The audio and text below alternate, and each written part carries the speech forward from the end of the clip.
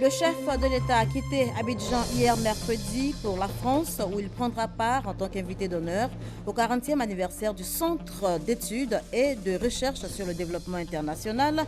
Le président Alassane Ouattara se rendra ensuite en Israël où il assistera vendredi aux obsèques de Shimon Peres. Aujourd'hui, 29 septembre 2016, c'est la journée mondiale du cœur, une journée marquée en Côte d'Ivoire par des actions de sensibilisation liées aux maladies du cœur, actions menées par l'Institut de cardiologie d'Abidjan. Et puis après le général Kanyama, en juin dernier, les États-Unis viennent de sanctionner deux autres généraux congolais pour leur comportement répressif à l'égard du peuple de la République démocratique du Congo. Voilà pour les titres. Madame, Monsieur, bonjour et bienvenue dans ce journal. Je vous le disais tantôt, le chef de l'État, vous le verrez en image, a quitté Abidjan mercredi pour la France où il prendra part en tant qu'invité d'honneur au 40e anniversaire du Centre d'études et de recherche sur le développement international. À cette occasion, le chef de l'État prononcera une conférence inaugurale à l'école universitaire de management. Ce sera aujourd'hui, donc jeudi. Le président Alassane Ouattara se rendra ensuite à Tel Aviv en Israël où il assistera demain vendredi aux obsèques de Shimon Peres. Et sur place, en Israël, l'heure est au recueillement, notez-le, des milliers d'Israéliens, mais également de personnes venues du monde entier pour prendre part donc aux obsèques de Shimon Peres, lui rendre un dernier hommage. Sa dépouille mortelle est exposée depuis très tôt ce matin sur le parvis du Parlement israélien. Shimon Peres, je vous l'ai dit, sera inhumé vendredi. Et dans tout le pays, les drapeaux sont en berne. Ici en Côte d'Ivoire, l'avant-projet de loi relatif à la nouvelle constitution a été adopté hier en Conseil des ministres, projet qui sera présenté le 5 octobre prochain devant le Parlement avant de faire donc objet de référendum. Le Conseil des ministres, notez-le, a également annoncé pour le 1er octobre prochain, l'ouverture de la campagne 2016-2017 du cacao. Le président de la République, Alassane Ouattara, y tient beaucoup. Censé être l'instrument à même de rassembler tous les Ivoiriens, on comprend aisément qu'il n'y a rien de mieux pour la Côte d'Ivoire que cette nouvelle constitution, celle de la Troisième République, ou encore ce qu'il convient d'appeler le nouveau contrat social dont l'avant-projet de loi a été adopté ce mercredi en Conseil des ministres. Le président Ouattara avait fait la promesse pour l'élection présidentielle de 2010 de réformer la Constitution. Évidemment, ça n'a pas été une priorité au cours de son premier mandat pour diverses raisons. Les priorités étaient forcément ailleurs. Donc, entamant ce deuxième mandat, il est apparu pertinent pour le président de la République d'engager le débat dès à présent pour aller vers une nouvelle Constitution en Côte d'Ivoire. L'idée, c'est vraiment d'effacer la page sombre de la décennie 2010, d'effacer du souvenir des Ivoiriens tout ce qui a mené à ces crises, ces 3000 morts, etc., etc., cette situation extrêmement difficile dans le pays, aussi bien au niveau de la cohésion sociale qu'au niveau de l'économie. Tout a été fragilisé au cours de cette décennie. Et aujourd'hui, l'idée, c'est de mettre tout cela derrière nous et d'avoir un nouveau contrat social qui est plus engageant pour l'ensemble des Ivoiriens, dans lequel chaque Ivoirien se retrouve. Outre cette communication du Conseil sur la nouvelle Constitution, il y a celle relative au projet de loi portant budget de l'État pour l'année 2017, budget fixé à plus de 6 500 milliards de francs CFA, soit une augmentation nette de 688 milliards de francs CFA comparé à celui de 2016. Le budget 2017 s'équilibrera en ressources et en charges à 6 501,4 milliards de francs CFA, en augmentation de 688 milliards de francs CFA par rapport au budget initial 2016, ce qui représente une augmentation de près de 12%. L'amélioration des conditions de vie des populations est l'objectif principal visé par ce budget. Autre bonne nouvelle, et surtout pour les producteurs de cacao. Le prix du kilogramme de cacao pour la campagne qui s'annonce est fixé à 1100 francs CFA, prix qui connaît une hausse de 100 francs CFA, de quoi encourager les paysans. Les instructions du chef de l'État, c'est de continuer à faire croître les revenus des paysans. pour permettre justement que leurs conditions de vie continuent de s'améliorer. Cela a été fait pratiquement sur les 5 dernières années. Donc d'année en année, ces revenus se sont accrus. Les prix fixés ont continué de croître.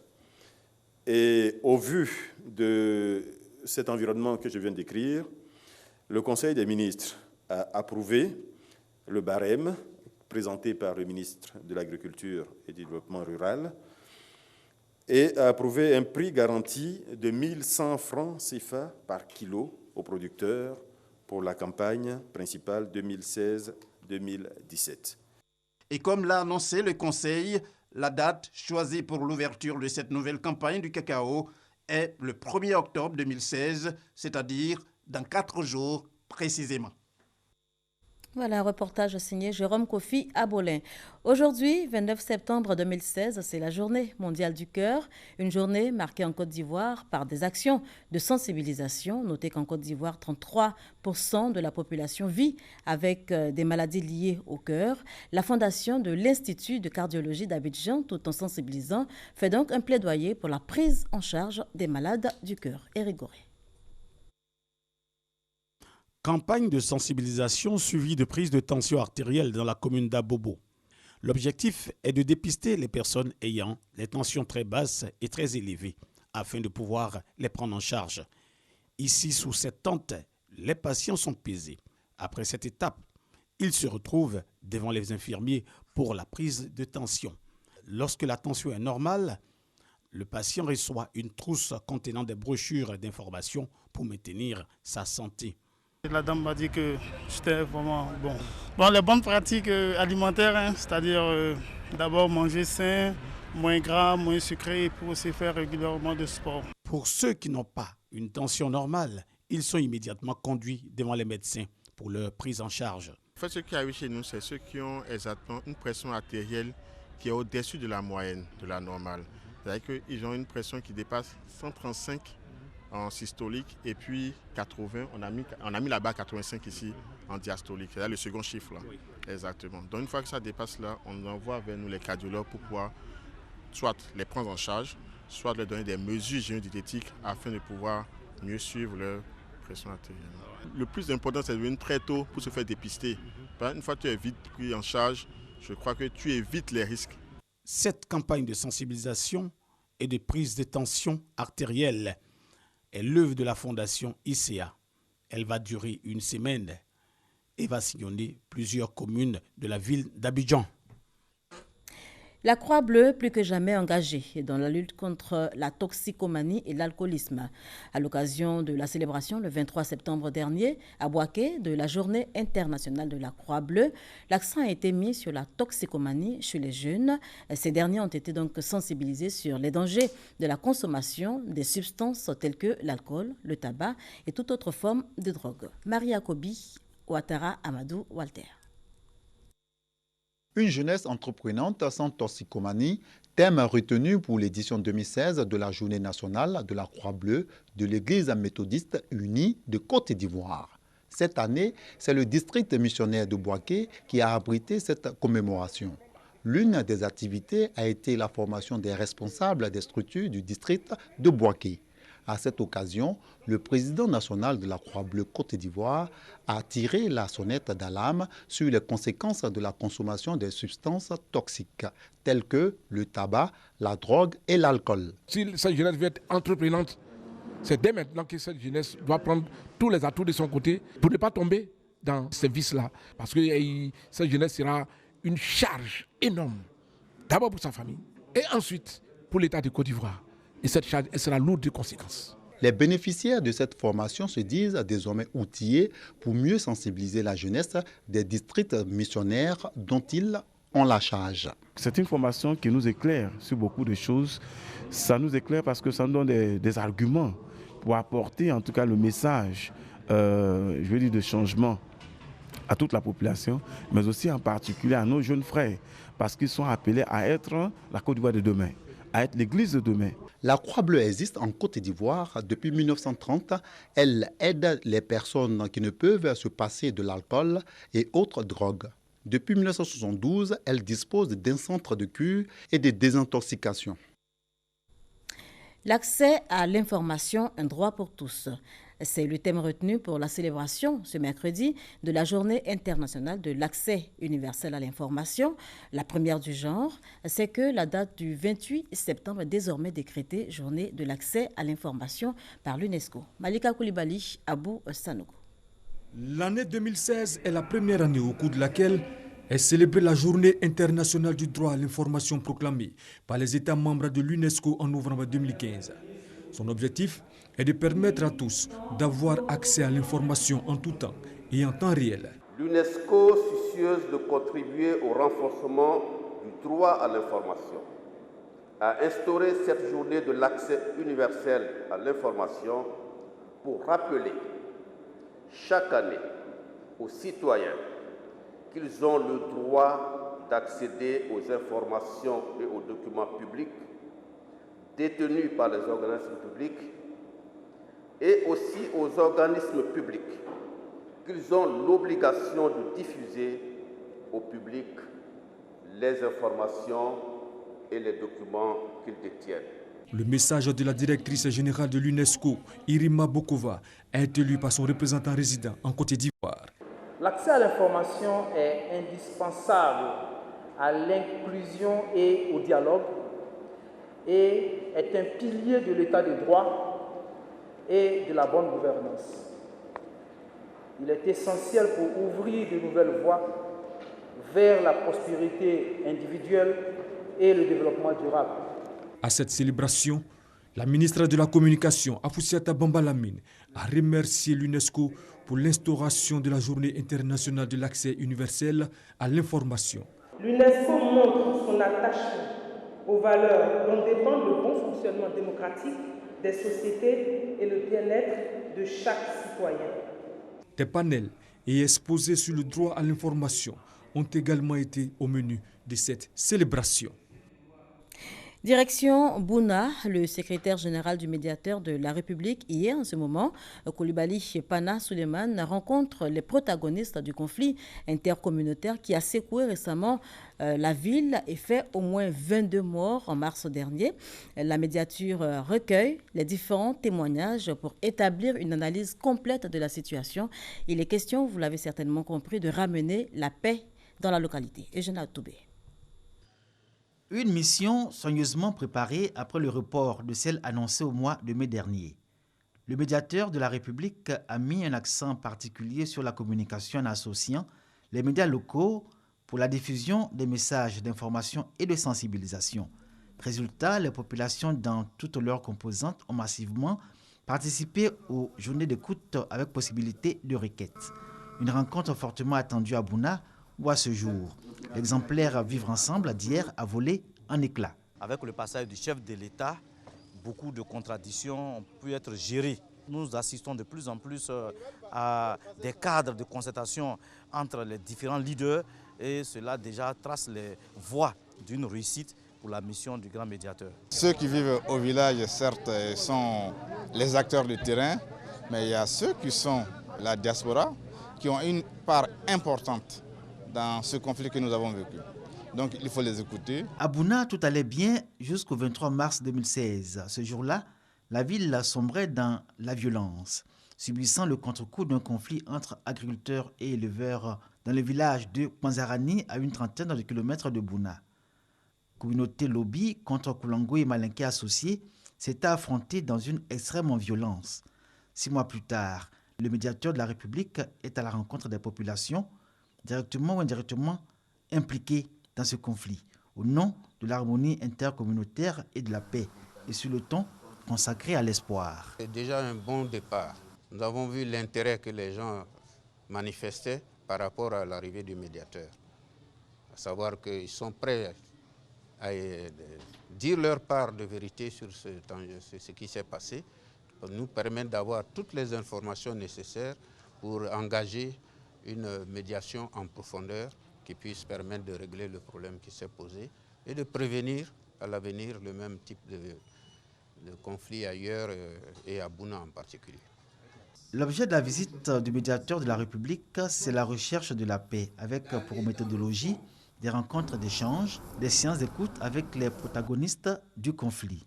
Et à terme, faire des recommandations au président de la République pour la résolution définitive d'un conflit né sur des incompréhensions, beaucoup de mensonges, de frustrations et d'injustices.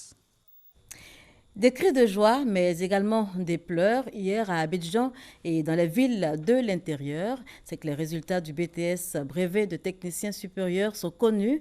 Des résultats satisfaisants, on peut le dire. Le taux d'admissibilité pour cette session 2016 est de 58% contre 49,64% en 2015.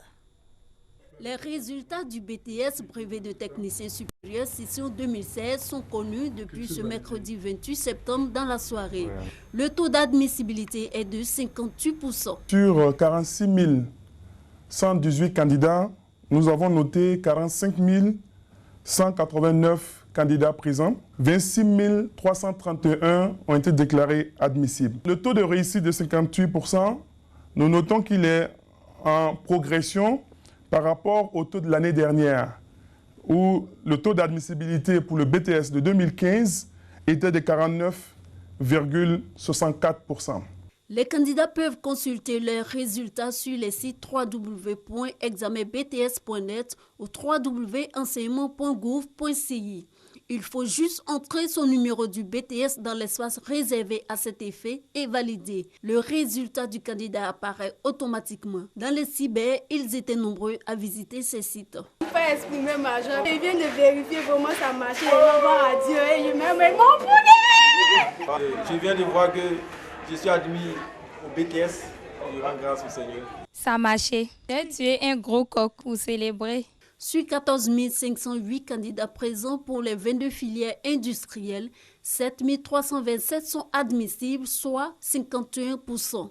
Les filières tertiaires enregistrent un taux d'admissibilité de 62% sur 30 681 présents.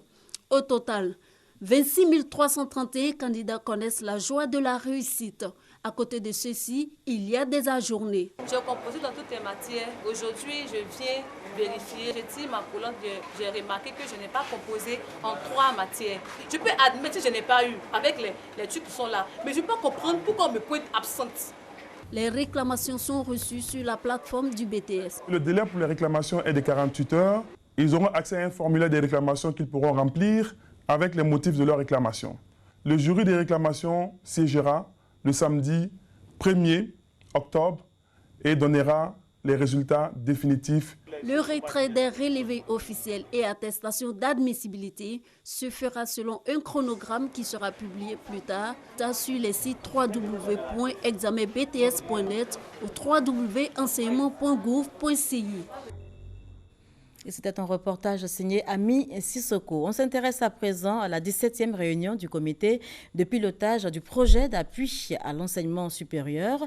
Une réunion bilan sanctionnée par l'élaboration de plusieurs projets. C'est ce que nous dit Franck Quadio. Introduction de la réforme LMD dans le cursus universitaire des États membres de l'UEMOA.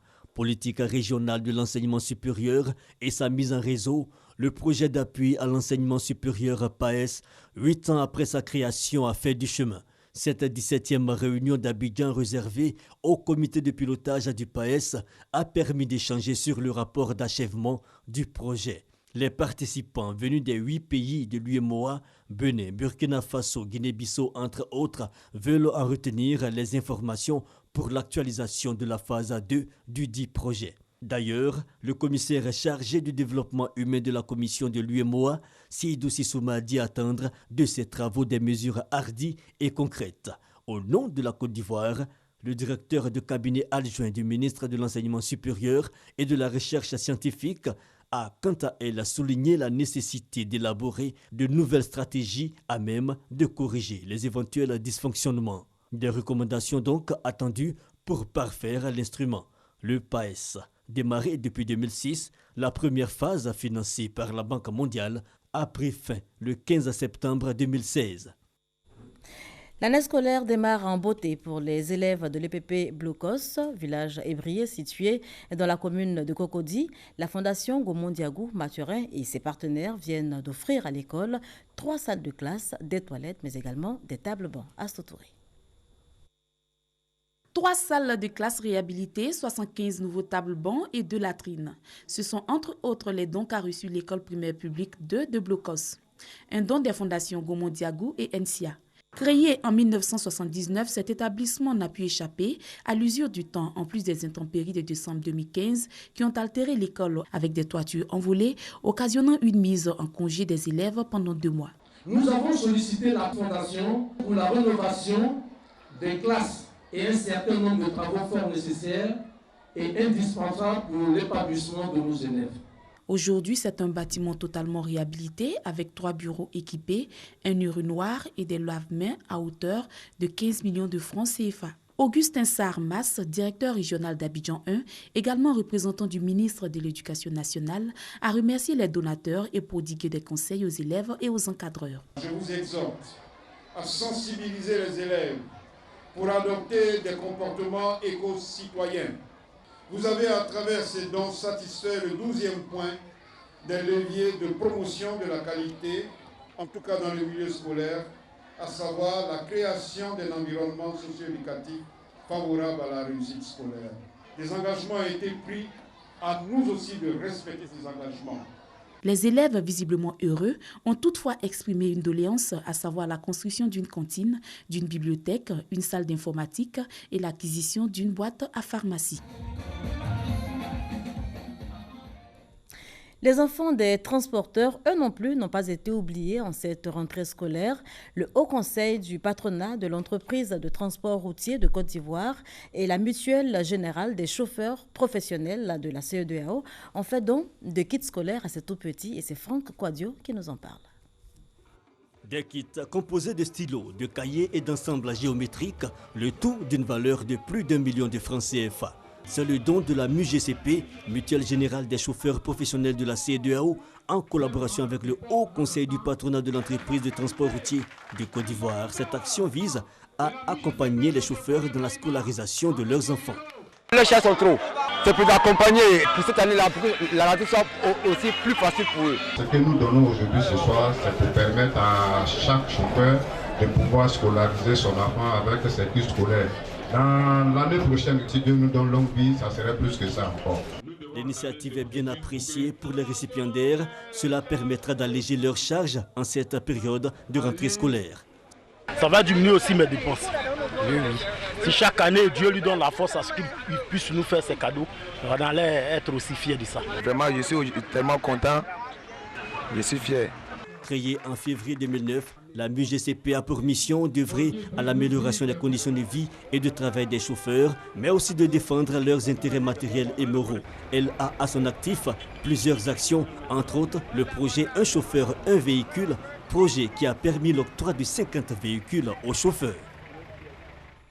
Des fonctionnaires et agents de l'État de Daloa sont également à l'école. Ils renforcent leur capacité à l'usage informatique. C'est une initiative de la SNDI qui a décidé de doter l'administration ivoirienne d'outils informatiques performants.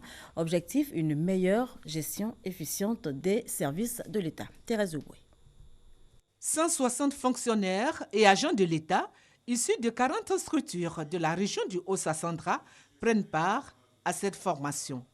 Ils bénéficient de 5 modules, notamment l'initiation à l'informatique, Microsoft, Word, Excel, PowerPoint. C'est une initiative de la Société nationale de développement informatique, SNDI, qui a décidé de vulgariser l'usage adéquat des outils informatiques dans la conduite des activités de tous les secteurs de l'administration ivoirienne. Nous avons constaté une lacune au niveau de l'usage de ces outils-là. Et comme on le sait, si on investit dans des outils, qu'on les déploie, qui ne sont pas bien utilisés, les investissements sont naturellement perdus. Donc pour véritablement aider à rentabiliser les énormes investissements que le gouvernement fait, à doter les différentes composantes de l'administration publique d'outils informatiques adéquats, nous avons entamé depuis septembre 2012 à former les fonctionnaires et agents de l'État, qu'ils soient à Abidjan ou à l'intérieur du pays, à utiliser adéquatement ces nouveaux outils de notre ère. Les autorités politiques et administratives de Daloa ont salué l'initiative de la SNDI qui permet à l'administration de se doter de systèmes d'information innovants par la vulgarisation à l'usage des TIC dans la conduite des activités de l'État. Le Hajj 2016, c'est bien fini. Le dernier vol des pèlerins est arrivé hier à l'aéroport Félix Houphouët-Boigny et d'Abidjan. Le contingent a été accueilli par le ministre de l'Intérieur et de la Sécurité, Ahmed Bakayoko. On en parle avec Patricia Oumou-Etia. Le dernier vol des pèlerins en provenance de la Mecque a atterri ce matin. Plus de 440 personnes ont été accueillies à leur arrivée par le ministre de l'Intérieur et des autorités en charge du Hajj. Tout s'est passé dans de bonnes conditions et comme nous l'avons promis, le pèlerinage s'organise dans les meilleures conditions au bénéfice des pèlerins. Donc c'est vraiment un moment de grande satisfaction. Je souhaite un bon retrouvaille des pèlerins avec leur famille et que l'année prochaine, ensemble, nous puissions nous engager à faire encore mieux. Selon le porte-parole des pèlerins, le Hajj 2016 s'est bien déroulé. Les conditions étaient réunies afin de leur permettre de passer un bon séjour. Ce sont au total 4198 pèlerins qui ont pris part au Hajj 2016 en Arabie Saoudite. Porter une dent en or de retour de la Mecque. Effet de mode ou prescription, vous le saurez dans ce reportage que je vous propose maintenant. En tout cas, elles sont nombreuses, ces femmes qui n'hésitent pas à s'offrir une ou même plusieurs dents en or avant de quitter la Terre Sainte, quitte à y mettre du prix. Le phénomène prend des proportions. Mamadou Kouassi, envoyé spécial de la RTI, s'est intéressé au sujet. Regardez. Effet de mode ou nouvelle tendance. Dans tous les cas, le phénomène a pris une proportion importante dans le milieu de ces pèlerins.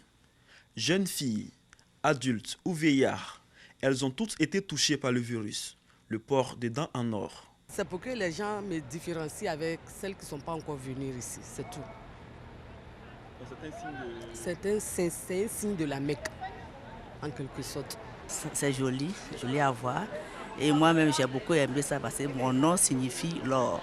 Certaines même portent jusqu'à plusieurs dans la bouche. Et pour elles, cela s'explique. En tout cas, c'est comme la beauté, on a fait ça depuis là-bas à Médine. Ça ne gêne pas. Au début, ça gêne, mais maintenant, ça ne gêne pas. 2 ou 3 jours, ça passe. Un dent, ça coûte 54 000. Ça fait 10 ans que j'ai ça. Ça ne m'a pas posé de problème. Je fais un or blanc. Au lieu de rouge, je fais un blanc. À Dakar, ça m'a coûté 40 000. Nombreuses sont celles qui ne se sentent pas concernées par cette tendance. Ce qui m'a découragé, on m'a dit que la dent là, on ne doit pas mourir avec. Et comme on ne sait pas quand on doit mourir, ce n'est pas parce que je n'aimais pas. C'est à partir de cet instant-là que j'ai commencé à en enlever ça dans la tête. J'aime pas du matu vu. Je suis venue pour prier. Ça, c'est entre moi et ma conscience, c'est Dieu. Donc, je n'ai pas besoin de prouver aux gens que je suis venue à la Mecque. Et je n'aime pas. Pourquoi? Mais comme moi, je suis déjà vieille. Vieille là, pour Choumoria, là, c'est pas comme ça. C'est pas. Si l'âge là, il s'en va, il faut te maîtriser. C'est tout. Signe de beauté ou recommandations religieuses, les avis sont divergents.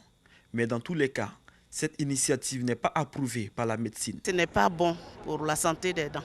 Parce que quand on met cette pochette, la dent noircit, la dent ne vit plus.